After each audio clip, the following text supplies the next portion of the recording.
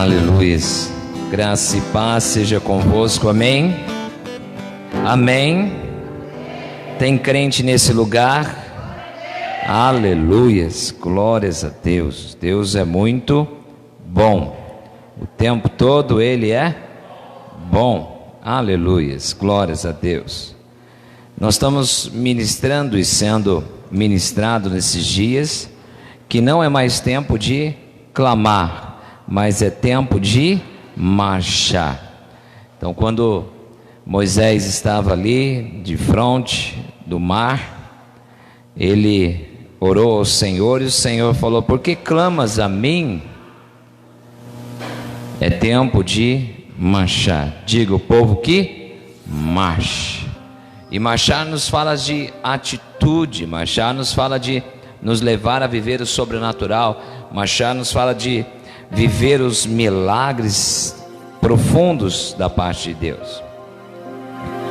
E hoje eu quero ministrar ao coração dos irmãos algo que Deus vem ministrando já há algum tempo no meu coração, porque tudo que nos move tem uma motivação por trás, sim ou não?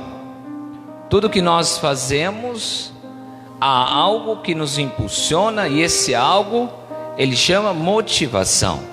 O que é a motivação? Motivação é uma força motriz que me impulsiona a romper limites, a romper barreiras, a não medir esforço para fazer algo pelo qual eu vejo uma recompensa para a minha vida, sim ou não? Toda motivação vai sempre te levar a buscar em Deus uma recompensa dele. E quando nós olhamos para a palavra do Senhor e falamos de motivação, eu quero começar com você abrindo sua Bíblia no Evangelho de Mateus, capítulo 16. Nós vamos ler a partir do verso 21 até o verso 23. Evangelho de Mateus, capítulo 16, a partir do verso 21 em diante. Conforme você vai achando, vai dando um glória a Deus bem alto aí, vai estimulando a pessoa que está junto com você, vai enchendo ela do fogo de Deus. Aleluias. Mateus, Evangelho de Mateus, capítulo 16, a partir do verso 21, diz assim a palavra do Senhor: desde esse tempo começou Jesus Cristo a mostrar aos seus discípulos lhe que era necessário seguir para Jerusalém e sofrer muitas coisas dos anciãos, dos principais, dos sacerdotes e dos escribas, ser morto e ressuscitado no terceiro dia. E Pedro, chamando-o à parte, começou a reprová-lo, dizendo: tem compaixão de ti, Senhor, isso de modo algum te acontecerá. Mas Jesus, voltando-se, disse a Pedro: arreda-te, Satanás, tu és para mim pedra de tropeço, porque não cogita das coisas de Deus, mas sim dos homens. Feche os seus olhos. Mais uma vez eu quero que você ore ao Senhor, pedindo ao Senhor que traga revelação no seu coração, que não seja mais um culto, mas que seja um culto que vai trazer um divisor de águas para a sua vida. Ora ao Senhor, abra os seus lábios, fale ao Senhor. Pai eterno, Pai de amor, nós glorificamos o teu santo nome, te bendizemos e te adoramos, porque tu és um Deus maravilhoso, bondoso, generoso, amoroso, misericordioso e abençoador.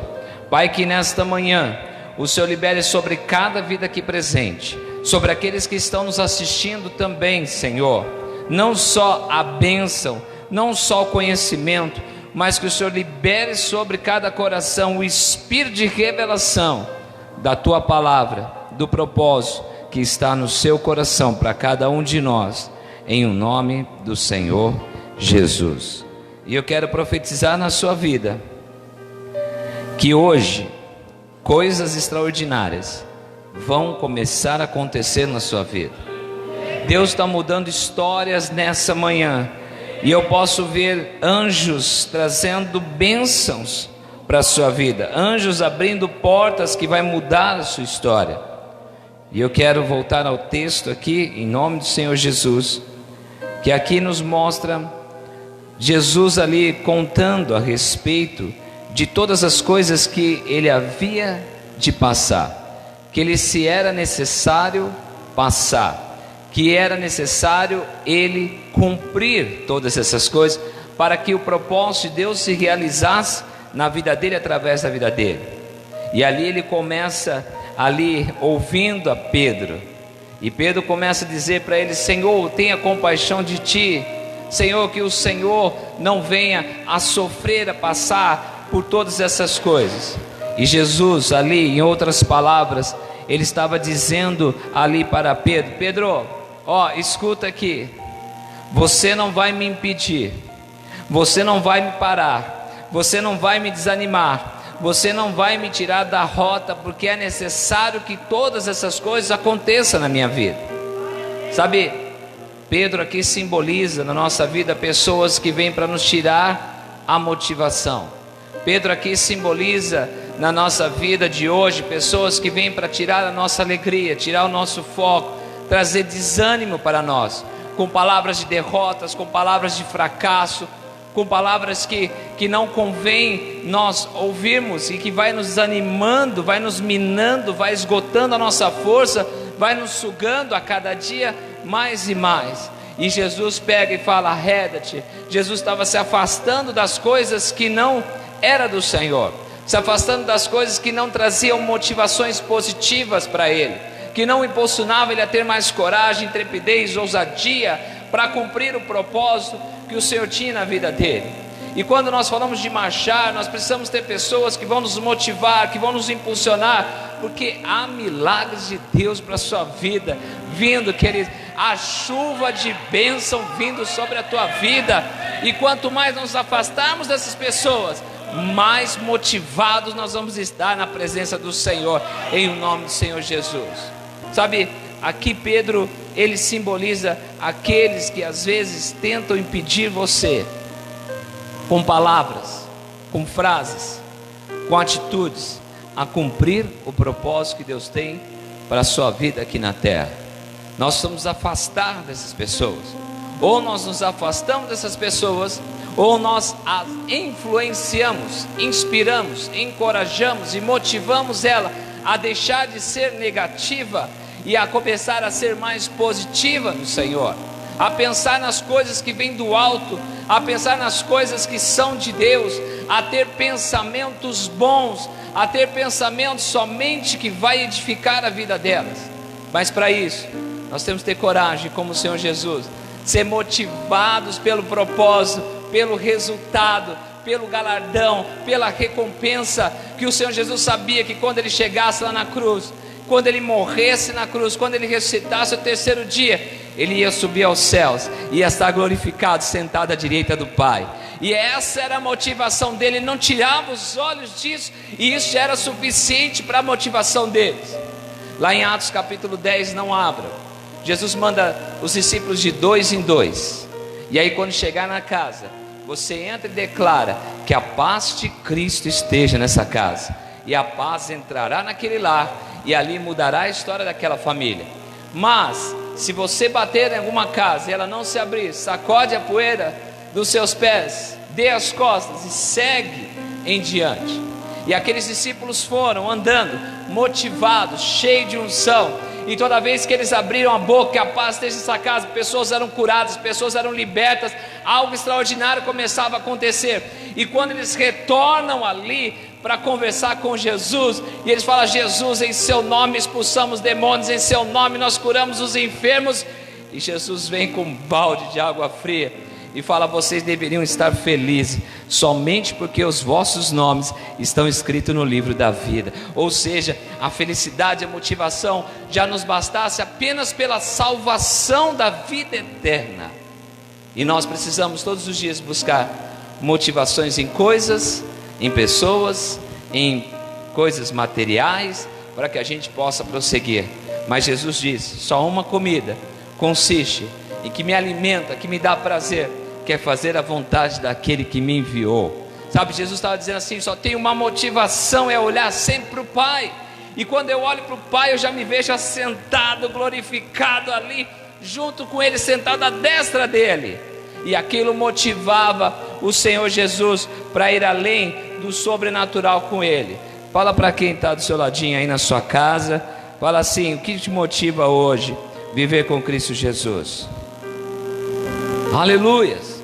Porque a nossa motivação não tem que vir de pessoas, a nossa motivação tem que vir do alto, a nossa motivação tem que vir lá dos céus, a nossa motivação tem que vir do trono de Deus. A nossa motivação tem que ser aquela que vai nos levar a ir mais alto no Senhor. A nossa motivação tem que ser aquela que vai nos fazer inspirar outras vidas à salvação em Cristo Jesus. A nossa motivação tem que ser ver a glória do Senhor se manifestando na sua vida, através de sua vida. A glória do Senhor trazendo luz no seu rosto e as pessoas vendo o resplandecer do Senhor na sua vida e através da sua vida, em o nome do Senhor Jesus. Mas lá em Números capítulo 13, se você puder acompanhar comigo na sua Bíblia, livro de Números capítulo 13, aleluias, aleluias. Livro de Números capítulo 13, a partir do verso 27, diz assim a palavra do Senhor. Esse é um texto muito conhecido, em que Moisés manda seus 12 espias ali para espiar a terra prometida. E em Números capítulo 13, verso 27, diz assim: relataram a Moisés e disseram: fomos à terra em que nos enviastes, e verdadeiramente mana leite e mel, esse é o fruto dela. O povo, porém, que habita nesta terra é poderoso, e as cidades muito grandes e fortificadas. Também vimos ali os filhos de Anak, os amalequitas. Eles habitam na terra de Negueb. Os heteus, os jebuseus, os amorreus habitam na montanha. Os cananeus habitam ao pé do mar e pela ribeira do Jordão. Então, no meio daquela multidão, Caleb fez calar o povo perante Moisés e disse: eia, subamos e possuamos a terra, porque certamente prevaleceremos contra ela. Porém os homens que ele tinha subido disseram: não poderemos subir contra aquele povo, porque é mais forte do que nós. E diante dos filhos de Israel infamaram a terra que havia espiado, dizendo: a terra pelo meio do qual passamos a espiar é terra que devora os gigantes, e todo o povo que vimos nela são homens de grande estatura. Também vimos ali gigantes, os filhos de Anak, que são descendentes de gigantes, e éramos aos nossos próprios olhos como gafanhotos, e assim também éramos aos seus olhos. 12 homens, pastores de rebanho, escolhidos, eram líderes de Davi, foram escolhidos para que testificasse a grandeza, a recompensa de conquistar Canaã, que era a terra que emanava leite e mel. E ali, quando eles retornam, a Bíblia diz que havia frutos tão grandes, o cacho de uva era tão grande, que 2 homens precisavam carregar apenas um cacho de uva. Era a terra que era próspera, era a terra que você jogava a semente, ela multiplicava o seu fruto. Era realmente o grande propósito que Deus havia dado a eles. Era, aos olhos deles, algo motivacional, conquistar uma coisa que Deus tinha falado e realmente testificado aquilo que Deus tinha falado por meio da sua palavra através de Moisés. E ali, aos olhos deles, eles olharam e viram que realmente a terra era não boa, mas era maravilhosa, que ia abençoá-los grandiosamente. Mas aí tinha os percalços no meio do caminho. O povo que morava lá era um povo grande, eram os filhos de Anak, descendentes de Anak, eram homens gigantes, era da família de Golias, homens de estatura mais de 2 metros de altura, forte, robusto. E toda aquela cidade ali era bem cercada com os amorreus, com os jebuseus, com os heteus. E aí eles ficaram com medo, e ali tomaram uma atitude diante do povo, de infamar a terra. e no meio daquela desmotivação, daquelas palavras de desânimo, andamos 40 anos no deserto para chegar até aqui e ver que era impossível conquistar aquilo que Deus tinha como promessa para nós. Mas se levanta dois jovens, Caleb e Josué, no meio daquele povo. Eles interrompem aquela palavra de morte, eles interrompem aquela palavra de desânimo, eles interrompem aquela palavra que veio para tirar o foco da promessa de conquistar a terra de Canaã, e fala: eia, subamos e possuamos a terra prometida. Era uma promessa de Deus para Israel, era uma promessa de Deus para aquele povo. E aí Josué e Caleb se levantam ali e falam assim: pare, saiam daqui. Vocês estão, em outras palavras, vocês estão trazendo morte enquanto era para trazer vida. O Deus de Israel vai nos ajudar a conquistar aquela cidade, não importa o que estamos vendo. Mas aí aqueles homens começam a fazer o quê? Eles começam a fazer um julgamento de si mesmo.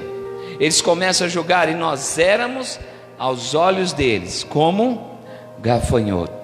Ou seja, nós não éramos nada, nós éramos desprezíveis, nós não iríamos fazer nem cosquinha se fôssemos guerrear com esse povo, porque eles são fortes, eles são grandes, e está tudo muito bem cercado, cheios ali de povos guerreiros, e nós não vamos conseguir. E aí eles falam: não só éramos aos olhos deles, aos nossos olhos, gafanhotos, mas como também aos olhos deles. Sabe uma coisa que me chama muita atenção nesse texto? É que eles nem ouviram falar dos próprios anaquins sobre isso. Eles não tiveram contato absolutamente com quase ninguém, e ninguém disse que aos olhos daquele povo eles eram como os gafanhotos, desprezíveis, que não iriam fazer nem cosquinha. Mas assim como você imagina na tua alma, assim você é, diz a palavra do Senhor no livro de Provérbios. Sabe, Salomão, na sua imensa sabedoria, ele falou: a forma como você se vê é assim que você é.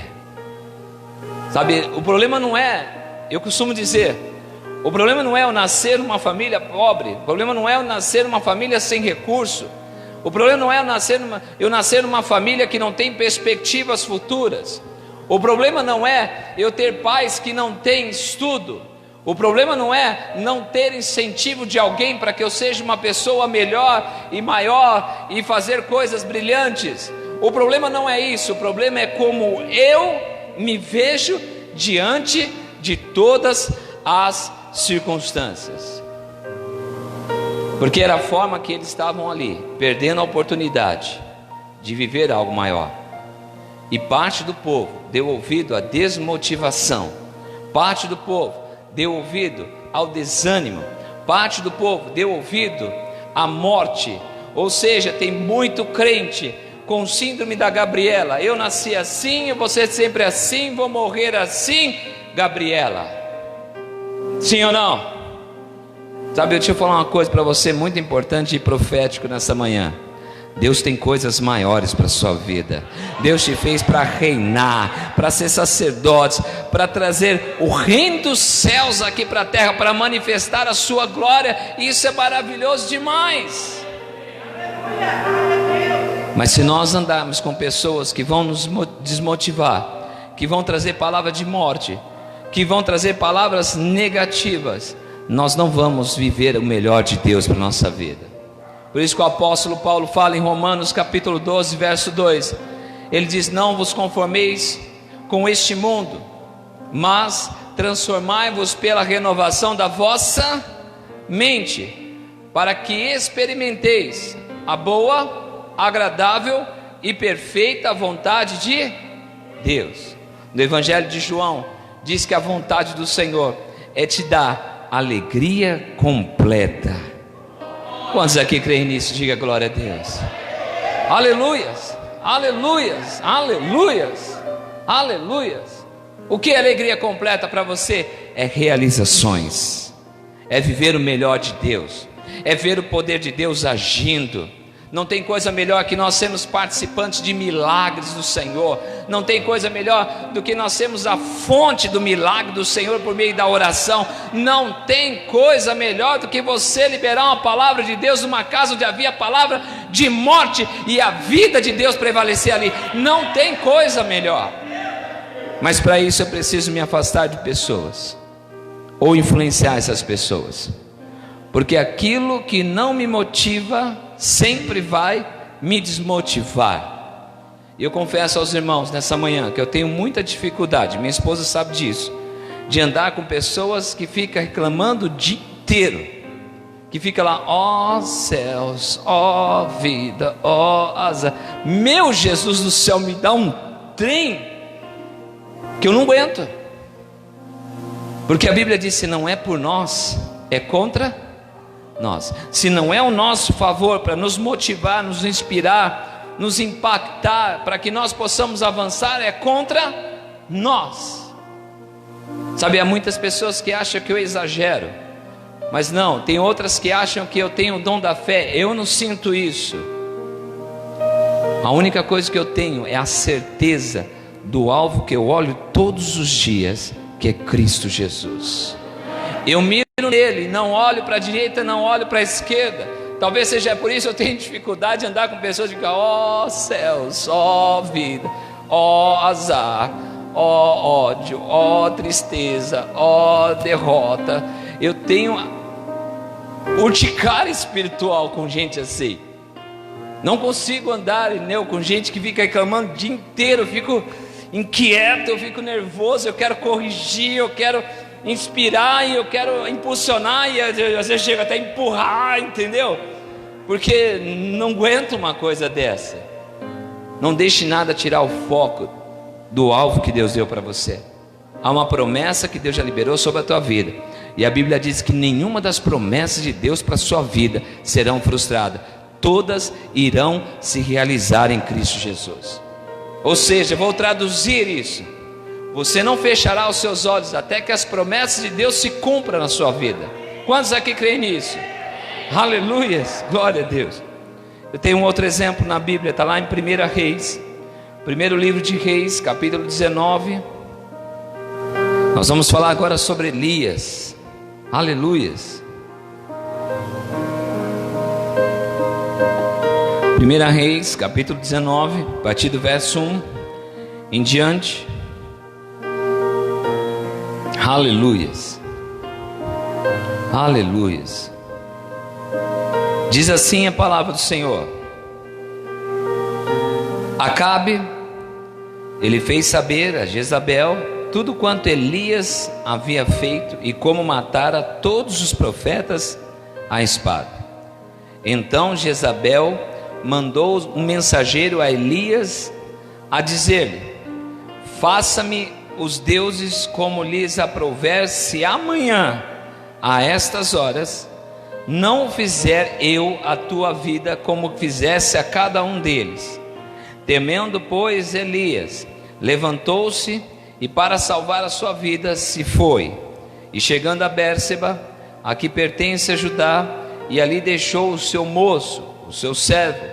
E ele mesmo, porém, se foi ao deserto, caminho de um dia, e veio e se assentou debaixo de um zimbro, e pediu para si a morte, e disse: basta, toma agora, ó Senhor, a minha alma, pois não sou melhor do que meus pais. Deitou-se e dormiu debaixo do zimbro, e eis que um anjo tocou e lhe disse: levanta-te e come. Olhou ele e viu junto à cabeceira um pão cozido sobre pedras em brasa e uma botija de água. Comeu, bebeu e tornou a dormir. Voltou segunda vez o anjo do Senhor, tocou-o e lhe disse: levanta-te e come, porque o caminho te será sobremodo longo. E aí Elias levantou-se, pois comeu e bebeu, e com a força daquela comida caminhou 40 dias e 40 noites até Horebe, o monte de Deus. Vou repetir: E com a força daquela comida, caminhou 40 dias e 40 noites até Horebe, o monte de Deus. Eu vou repetir de novo se você não entendeu. E com a força daquela comida, caminhou 40 dias e 40 noites até o monte Horebe, ali o monte de Deus. Aleluias, aleluias. E essa história nos fala de um homem que tinha um currículo espiritual sobrenatural, invejável. Elias era o homem que era cheio de autoridade, era um homem que foi assim motivo e inspiração para muitos milagres acontecerem. Elias era um homem que tinha orado e caído fogo do céu.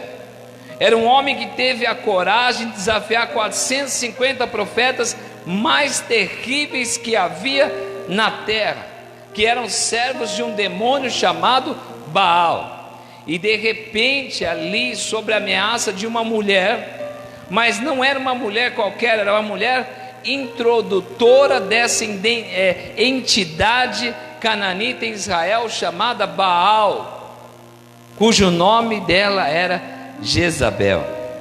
E aí a Bíblia diz que então ela manda ali um mensageiro a dizer a Elias: faça-me os deuses como lhes aprouver, se amanhã a estas horas não fizer eu a tua vida como fizeste a cada um deles. Ou seja, Elias, amanhã eu vou te matar. Esse foi o recado que Jezabel mandou para o profeta Elias, aquele que orou e fogo do céu caiu, aquele que matou 450 dos piores, dos mais terríveis profetas que havia na terra. E ali Elias recebe uma palavra de morte e acolhe aquela palavra de morte no seu interior, mas ele acolhe agora de uma maneira muito diferente. E é óbvio, se nós olharmos a história de Elias, se você estudar ali os passos de Elias, do profeta Elias, você vai ver que ele já tinha recebido milhares de ameaças. Não era de se esperar que ele não recebesse mais.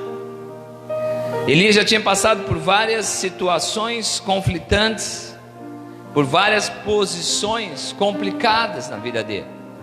E todas as pessoas que estavam ali, elas ouviram e viram Elias agasalhando aquela palavra de morte no seu coração. Sabe, Elias viveu naquela época o que nós estamos vivendo nos dias de hoje. Há uma palavra de morte para cada crente nesse país, chamada Covid-19. E eu não me importo se cortarem a transmissão, mas eu tenho que alertar o coração de vocês. Há uma palavra de morte que vai morrer, que vai acontecer, que você não vai sobreviver. Há uma palavra de morte para nós nesses dias, que entrou no coração de muitos crentes que estão perdidos, isolados, com medo.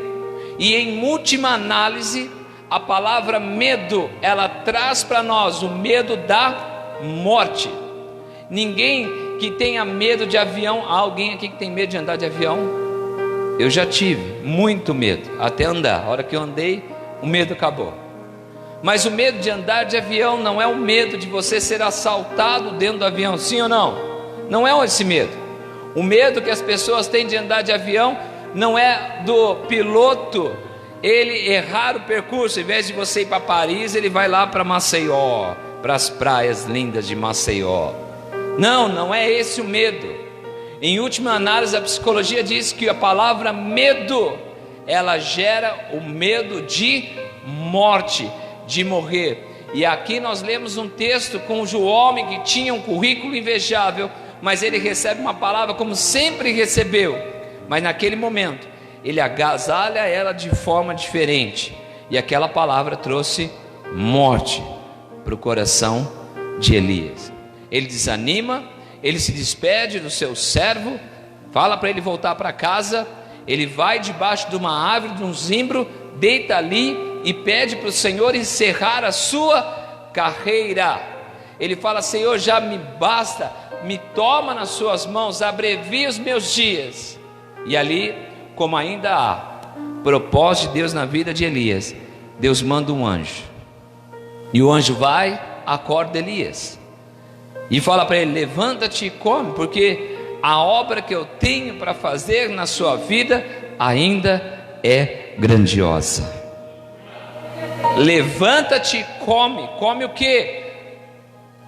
O alimento espiritual, porque não há comida na face da terra que um homem possa comer que faça ele correr 40 dias, 40 noites, se não essa for sobrenatural, poderosíssima e espiritual.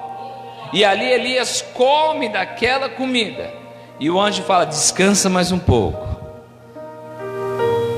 E aí o anjo vem de novo, acorda Elias e fala para Elias: come novamente. Sabe o que isso significa? Você precisa comer do alimento espiritual, que é a palavra do Senhor, e descansar debaixo dela. Quando você descansa, o medo vai embora, e a glória do Senhor começa a manifestar na sua vida. Sabe, tem muitas coisas que nós agasalhamos de forma diferente, negativamente dentro de nós. Mas por que elas nos pegam de maneira diferente? Porque essas palavras de morte, elas sempre tocam em mim, em você, em áreas que ainda estamos fracos.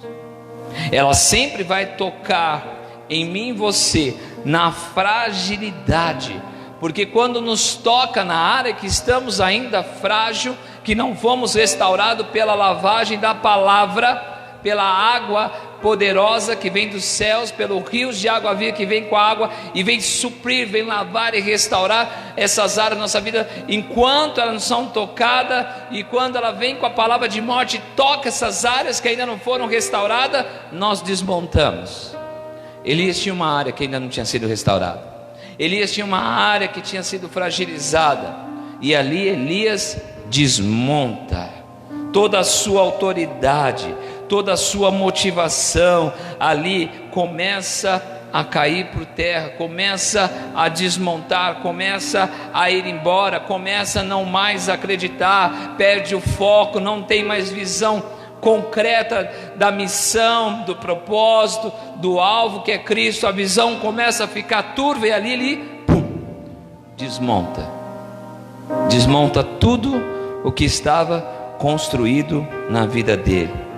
Sabe, Elias tinha um plano divino superior sobre a vida dele, e ali Elias fica totalmente dominado por um sentimento de depressão e medo por causa da ameaça de Jezabel. Vamos traduzir para os dias de hoje, na minha vida, na minha e na sua vida profissional, espiritual, é mais ou menos assim: o inimigo, ele te resiste tanto na área que você está fraco, que chega uma hora que você abre mão de lutar e começa a ficar desmotivado. E ali o que começa a acontecer? Você começa a se tornar inconstante na presença do Senhor, inconstante na oração, inconstante na leitura, inconstante em lutar e prosseguir, inconstante em perseverar, e você começa até a pensar que não está desmotivado ainda.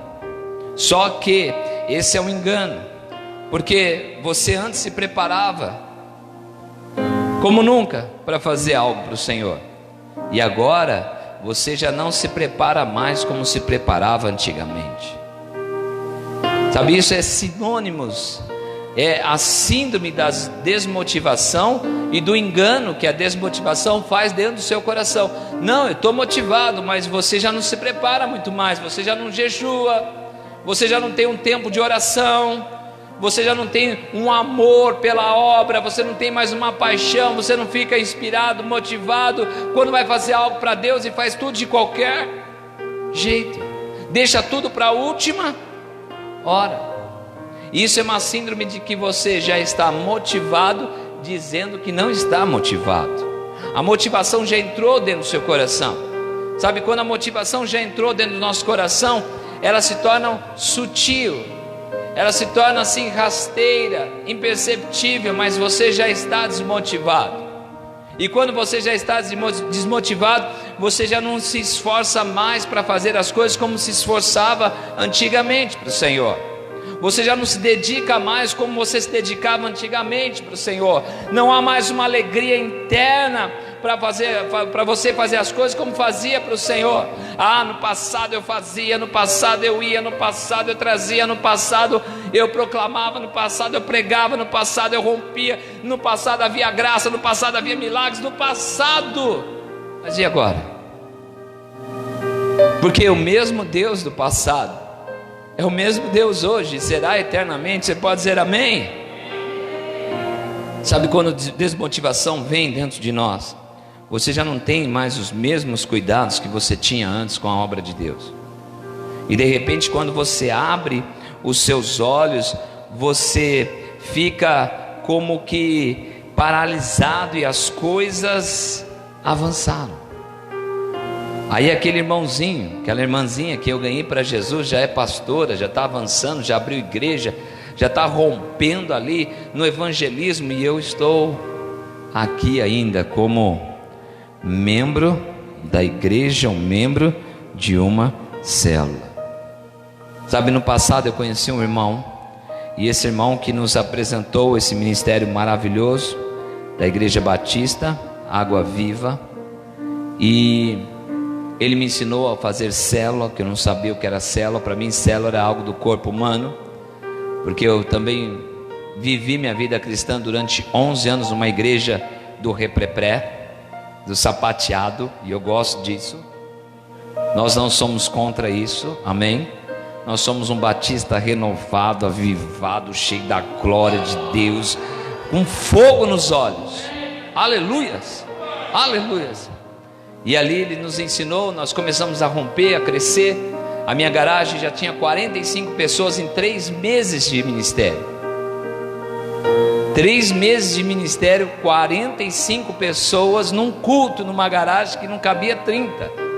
Você imagina um calor desse como ficava. Mas o povo ficava suado, incomodado com o calor, mas feliz na presença de Deus, motivado. E aí eu fui ungido pastor, minha esposa também no ministério junto comigo. E o que acontece? E o irmão hoje está desviado. O irmão que me levou para o ministério está desviado do propósito de Deus. Por quê? Porque algo entrou dentro do coração dele e ali fez morada. A desmotivação entrou, a palavra de morte entrou, e ele ficou paralisado. Deixa eu falar uma coisa para você. Quando você paralisa, a obra do Senhor continua avançando. O diabo pode paralisar 1000 irmãos, mas se 10 continuar motivado, a obra continua avançando. Sabe, e aquele irmão, até hoje, eu tento motivá-lo, eu encontro ele, eu mando mensagem: vamos avançar, vem para cá, deixa eu cuidar de você, vamos romper junto de novo, como fizemos no passado. Mas tem uma palavra de morte dentro dele, e quando a palavra de morte entra, a motivação vai embora. É muito triste isso que estou dizendo, porque eu amo muito aquele irmão. E quando nós paralisamos, nós olhamos, sabe aquele irmãozinho lá em 1900 e bolinha que estava do nosso lado, ele avançou, ele cresceu, está lá cuidando já de 15, 30, 50, 90 igrejas, e você que estava sentado do ladinho dele, continua sentado no mesmo lugar, na mesma cadeira, na mesma posição, paralisado. Vamos para a parte profissional. Você entrou numa empresa, e alguém lá dentro da empresa falou que você nunca, não foi o patrão que falou, nem o dono da empresa, falou que você nunca vai conseguir subir de cargo naquela empresa. Não, aqui está tudo dominado, o fulano é amigo do chefe, o outro é parente do dono, o outro é não sei o que, você nunca vai conseguir avançar, e vai se contentando que o salário vai ser sempre esse. E aí essa palavra você agasalha e faz o que? Paralisa você. Aí você olha o outro funcionário que estava do seu lado fazer a mesma coisa que você, hoje ganhando 3 vezes o que você ganha. Ele cresceu, ele aumentou o salário dele, ele subiu de cargo, e porque você agasalhou algo no seu coração, você paralisou. Eu entrei numa empresa chamada Motorola, todo mundo conhece aqui? Amém? Quando eu entrei lá, eu não tinha o 2º grau completo, diga glória a Deus. E um dia meu chefe me chamou e falou assim: se você não voltar a estudar, você vai ser demitido. Porque aqui nós queremos pessoas que queiram crescer. E eu falei: opa, e agora? Eu me motivo ou me desmotivo? Sabe o que eu fiz?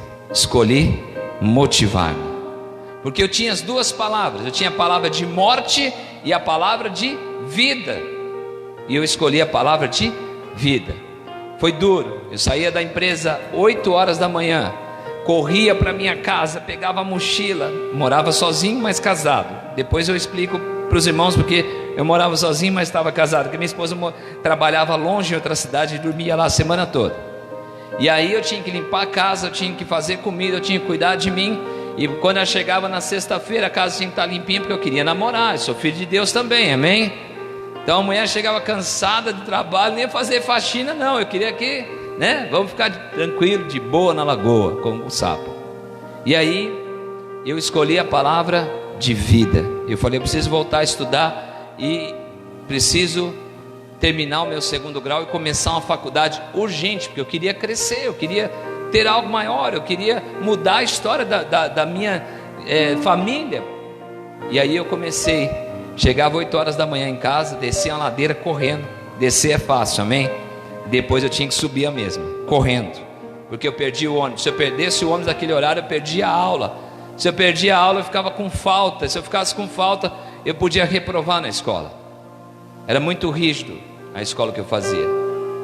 E aí eu chegava no ônibus, descia lá no centro de Campinas, saía de Sumaré, descia no centro de Campinas, e era longe do ponto de ônibus a escola. Eu tinha que correr, porque o horário também, se passasse 10 minutos, eles trancavam a porta, você não podia entrar. Aí eu perdia a passagem, perdia o dia. E aí eu chegava lá na escola suado, cansado, morrendo de sono, porque trabalhei a madrugada inteira. E aí eu sentava na carteira. Quando sentava na carteira, dava 5 minutos e eu não assistia aula nenhuma, eu dormia. Aí no começo era constrangedor, porque uma baba escorria no canto assim, tum, e o caderno ficava cheio de gotinhas assim. Você ri, né? Porque não é você que estava lá, né? No começo tirava uma onda, depois ficavam com dó. Ai meu Deus, não acorda ele não, a gente sabe da história dele, está se esforçando. E eu só ficava acordado no dia de prova. Mas a Bíblia diz que Deus dá aos seus enquanto? Alô? Deus dá aos seus enquanto? Dorme. Então enquanto estava dormindo, Deus estava me ensinando também.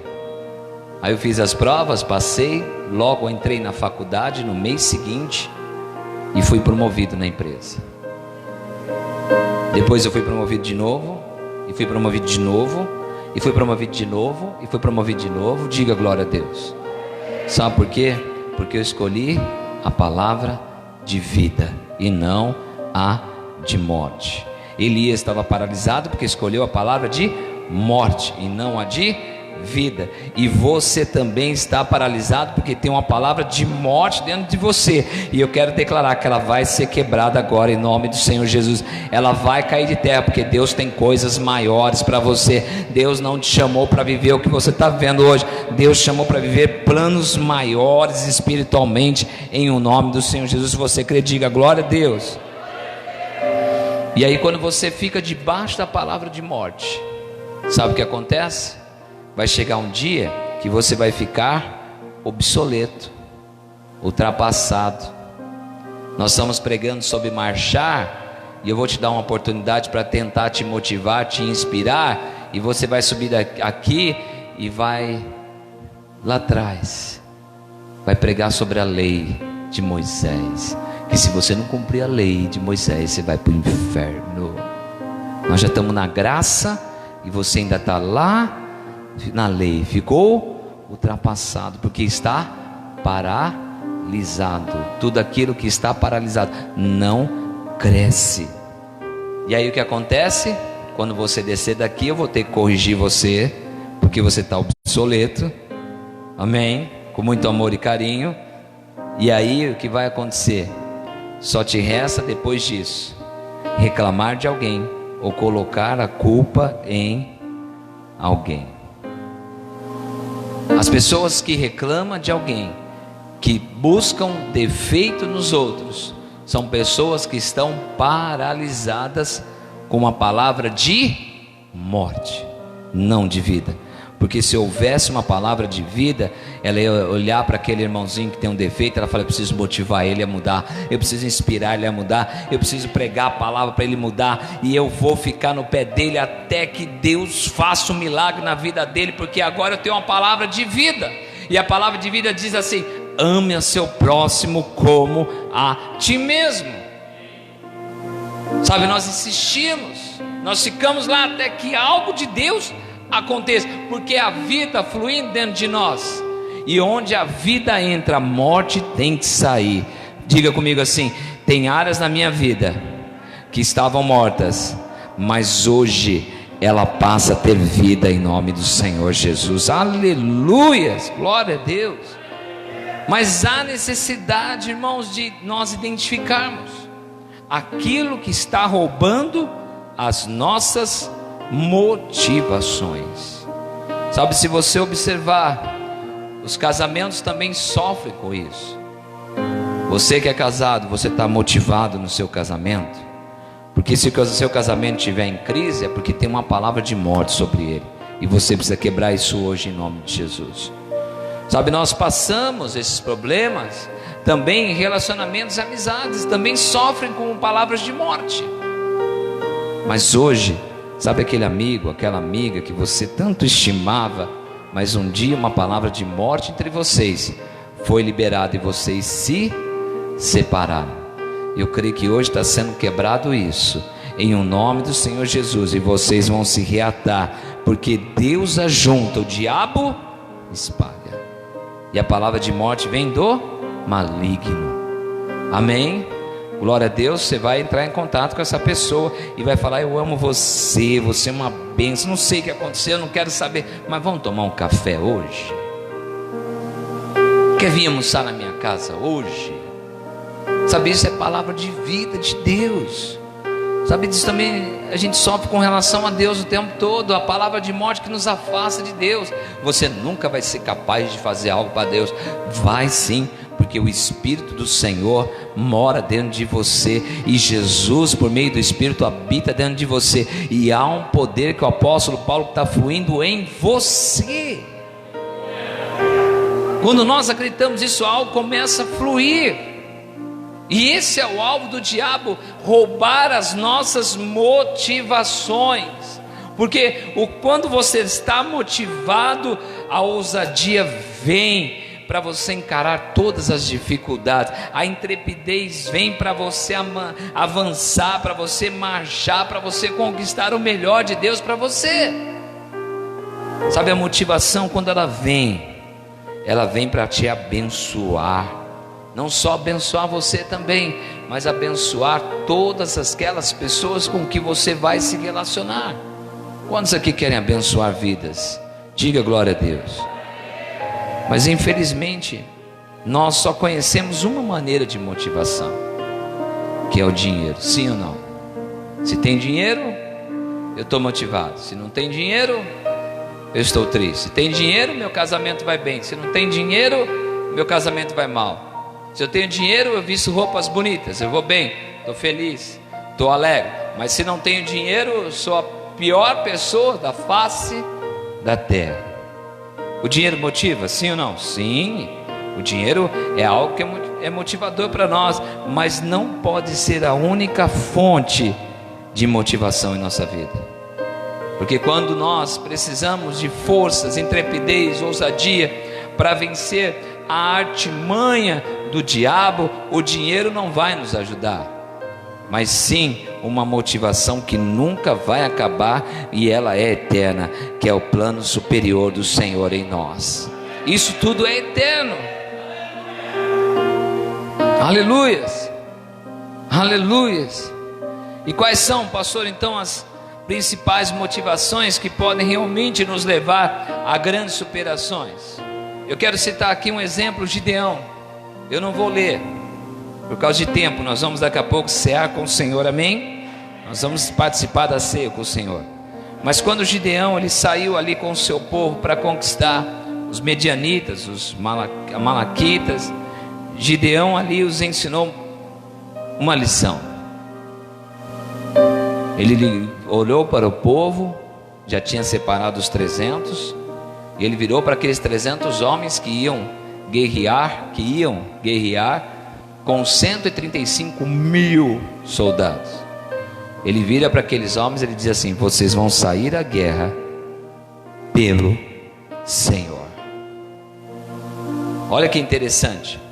Ele quis dizer assim: quando você vai fazer alguma coisa, quando você vai trabalhar, quando você vai realizar alguma coisa, você precisa colocar Deus na tua guerra. Esta motivação espiritual, ela te dá uma força interior sobrenatural.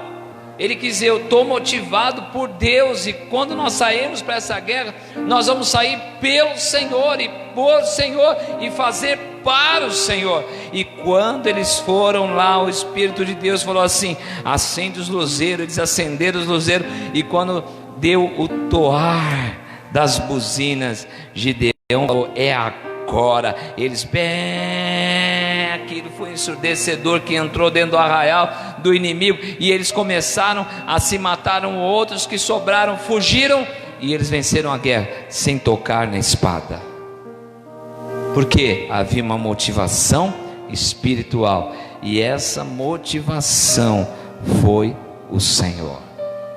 Nós não estamos aqui pregando, eu não estou aqui pregando para os irmãos motivados em vocês, embora eu amo cada um de vocês e os que estão chegando, eu estou aprendendo a amar também, mas eu estou aqui pelo Senhor. Eu não estou visando quantidade de pessoas, porque se essa palavra entrar no coração de mais um, comigo e com a minha esposa, eu sei que nós vamos fazer um estrago nessa cidade. Mas se entrar no coração de todos, aí as cidades adjacentes vão ser tocadas por essa motivação. Eu creio que isso é muito poderoso, mas não estou aqui por isso. Eu estou aqui porque o Senhor me comissionou a fazer, e o que Ele me mandou fazer eu faço, e já sou motivado por isso. Não sou motivado pela resposta dos irmãos, não sou motivado pelo romper do crescer dos irmãos, sou motivado por aquilo que Deus me diz. Sou motivado porque eu olho para Ele, sou motivado porque eu estou entronizado com Ele, e essa minha motivação maior. Aí pode vir o Covid, pode vir uma infecção hospitalar, que nada pode acabar com você, porque todas as promessas que Deus tem para você, cada uma delas hão de se cumprir em o nome de Jesus. Aleluias, aleluias. Porque Elias estava passando por aquele momento ruim, porque Elias havia se esquecido de guerrear com Jezabel pelo Senhor, através do Senhor. Sabe, nós precisamos agora marchar, mas nós não vamos marchar pelo irmão que está do seu lado, pela irmã que está do seu lado, embora vão ser abençoados por nós também, mas nós vamos marchar pelo Senhor. Como diz o louvor: pelo Senhor marchamos sim, o seu exército poderoso, é por Ele que nós fazemos. Diga comigo a partir de hoje: a minha motivação não estará nas pessoas, no dinheiro, nas coisas, mas a minha principal e mais poderosa motivação será no Senhor. É por Ele que eu vou guerrear, que eu vou lutar, que eu vou crescer, que eu vou ser impulsionado a viver coisas maiores em Cristo Jesus. Você pode dizer amém? E aí nós lemos em 1 Reis que Elias perdeu todas essas motivações, mas ali o anjo do Senhor foi até ele e deu um alimento.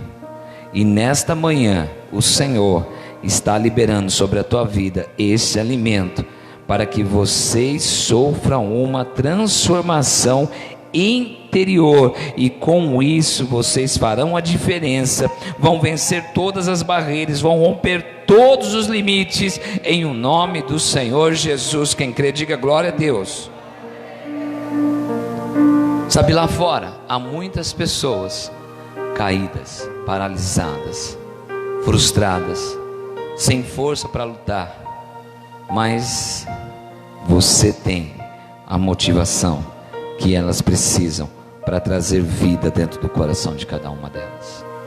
Sabe, Elias recebeu a motivação certa dos céus. Elias ali recebeu o alimento espiritual. E eu quero declarar sobre a tua vida que nesta manhã você receba dentro de você este alimento interior, o pão da vida, Jesus Cristo. Essa é a nossa maior motivação. Aleluias, glória a Deus. Você pode dizer comigo assim, glória a Deus.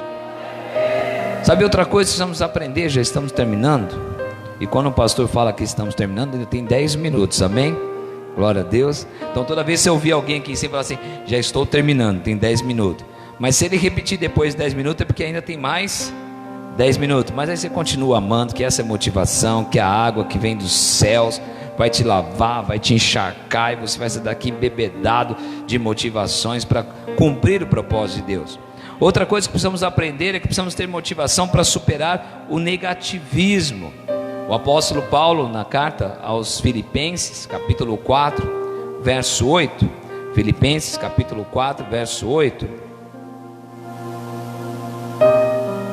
aleluias, diz assim: finalmente, irmãos, depois que ele faz todas as considerações, que ele faz ali todas as orientações, ele diz assim: finalmente, irmãos, tudo que é verdadeiro, tudo que é respeitável, tudo que é justo, tudo que é puro, tudo que é amável, tudo que é de boa fama, se há alguma virtude e se há algum louvor, se algum louvor existe, seja isso o que ocupe o vosso pensamento.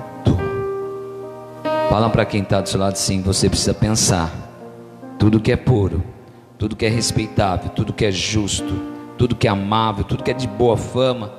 Você precisa ter isso na sua mente. Sabe, eu quero fazer uma pergunta aqui para você nesta manhã: o que tem ocupado nesses dias a sua mente? Palavras de morte ou palavras de vida? Porque o que vai mudar a sua vida são as palavras de vida, e o que vai continuar tendo essa mesma vida que você tem hoje é a palavra de morte. Sabe, nós precisamos entender que a única maneira de nós ali superarmos dificuldade, de nós superarmos o negativismo, é ter pensamentos positivos da palavra do Senhor. Por isso que quando alguém chega para mim assim, logo quando entra numa casa, a primeira coisa que fala: ih, pastor, isso aqui ó, não tem mais jeito. Eu falo: tem sim, se teve para mim, vai ter para ele. Se Deus fez o impossível em mim, vai fazer nele. Se Deus curou a mim, vai curar ele. Se Deus libertou a mim, vai libertar ele. E eu libero sem palavras de vida.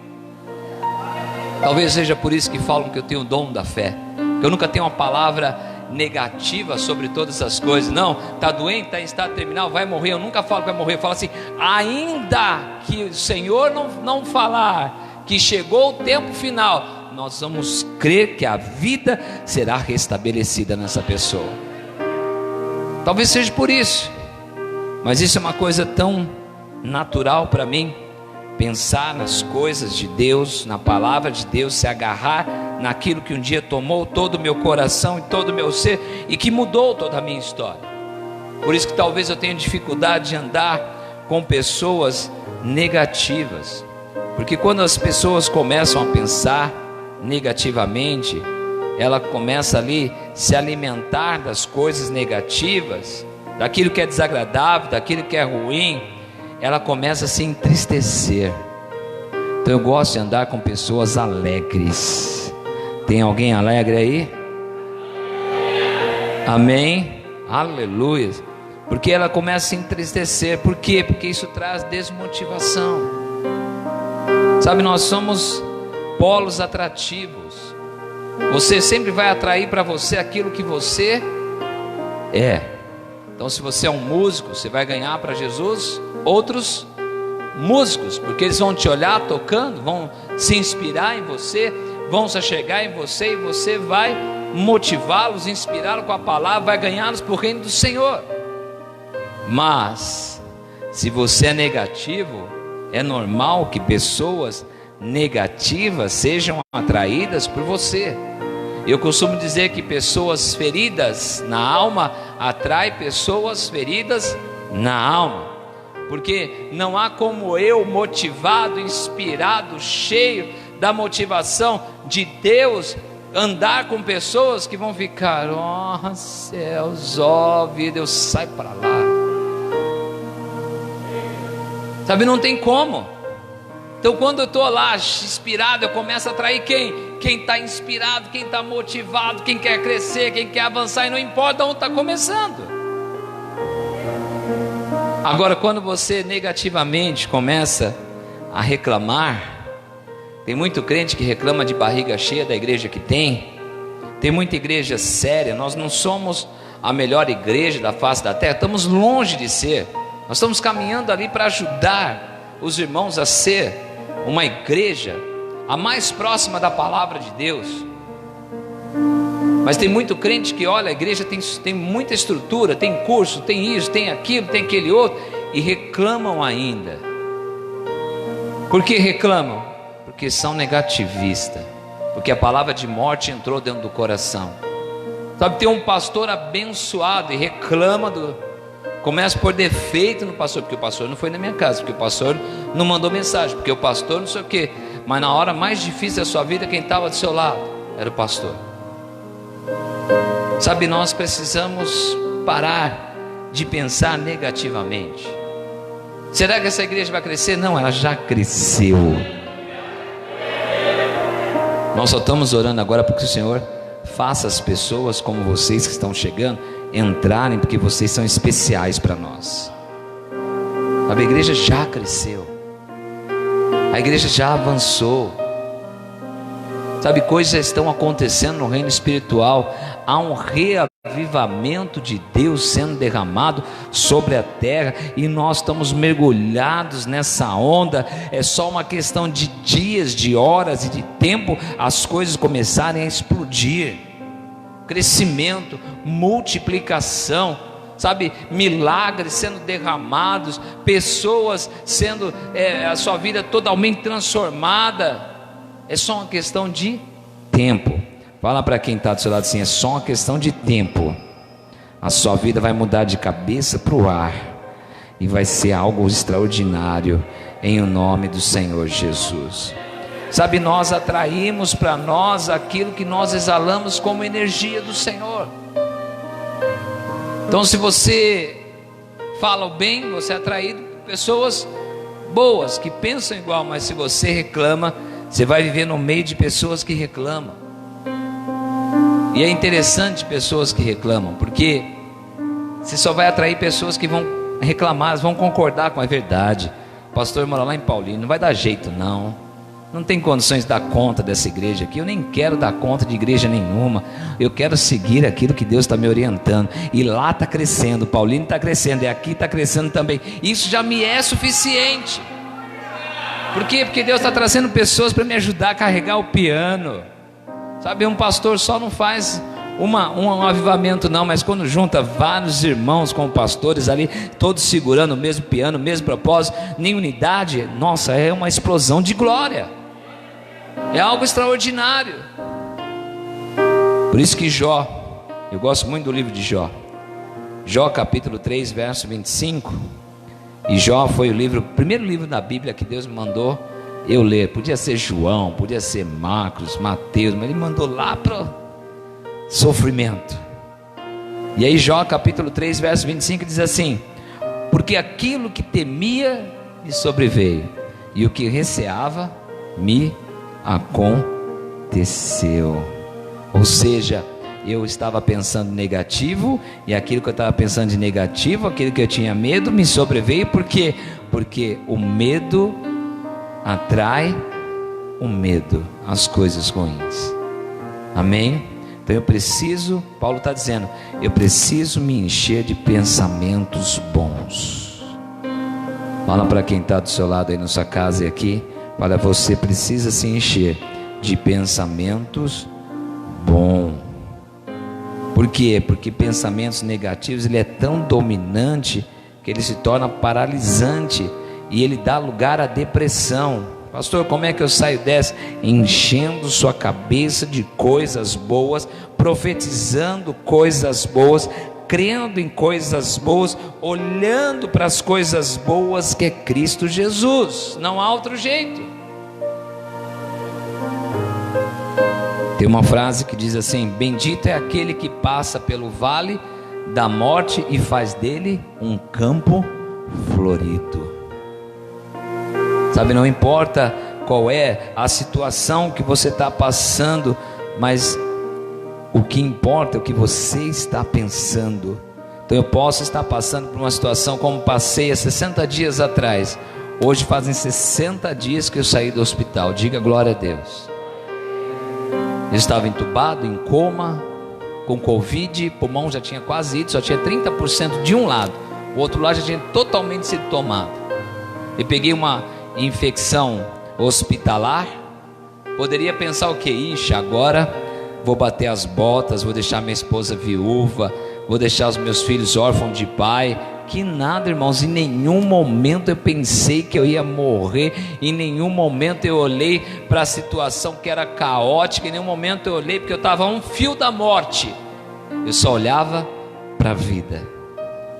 Em todo momento eu tinha certeza que eu ia sair de lá, ia estar para o convívio com a minha esposa, com os meus filhos. Todo momento eu pensei em coisas boas, até tive algumas visões alucinógenas, lá que minha esposa estava sentada do meu lado, pegava na mão dela e eu todo amarrado. Você vê como as coisas boas são bons, nos inspira. Ora eu sonhava que os meus filhos estavam aqui em pé na cama, com a mão no meu peito, ali, aquilo me inspirava, me motivava, porque o que vinha na minha mente era só coisas boas, e coisas boas geram vida de Deus, coisas ruins geram morte. Sabe, eu quero te ensinar uma coisa que eu pratico na minha vida. Embora nós precisamos e não podemos como crente ficar alienados a esse mundo, precisamos ter informação, mas eu evito ao máximo de ficar assistindo jornal, que o marido matou a ex-marido, matou a ex-esposa, que o namorado, o ex-namorado matou a ex-namorada, e aí você tem até o perigo de você colocar uma bacia debaixo da tua televisão, de tanto sangue que verte ali. Sabe, eu não gosto de assistir essas coisas, eu não assisto. Eu assisto informações que eu tenho que ter, mas essas coisas eu evito assistir, porque aquilo que entra na minha mente, ela pode, de uma forma ou de outra, se instalar, e eu começar a viver morte, ao invés de viver vida. Você começa a ficar com medo, não, tem que trancar tudo, tem que pôr a grade na janela, tem que pôr, você mora lá no 15º andar, você tem que pôr tela na janela, porque alguém vai entrar lá, vai escalar o prédio, vai entrar lá, você fica com medo de tudo. Não estou dizendo que nós não temos que ter prudência, temos que ter, principalmente nesse momento, álcool em gel, usar sua máscara, ter a higiene na sua casa. Nós temos que ter tudo isso, mas o mais importante é pensar coisas boas. O que é pensar coisas boas? Essa epidemia vai acabar e já está acabando, e a hora que ela passar, nós vamos celebrar mais ainda no Senhor. Sabe, nós vamos viver coisas maiores no Senhor. Só que nós precisamos mudar a nossa mente, precisamos ser motivados pelo Senhor. Você pode estar passando uma situação muito difícil, mas olhe para ela, que ela é passageira e ela vai acabar. O que não é passageiro é a esperança da glória que é Cristo Jesus em você, e isso é eterno. Isso não vai passar nunca. Jesus não vai morrer, Ele é eterno. Sim ou não? Então coloca-se de pé nesta manhã.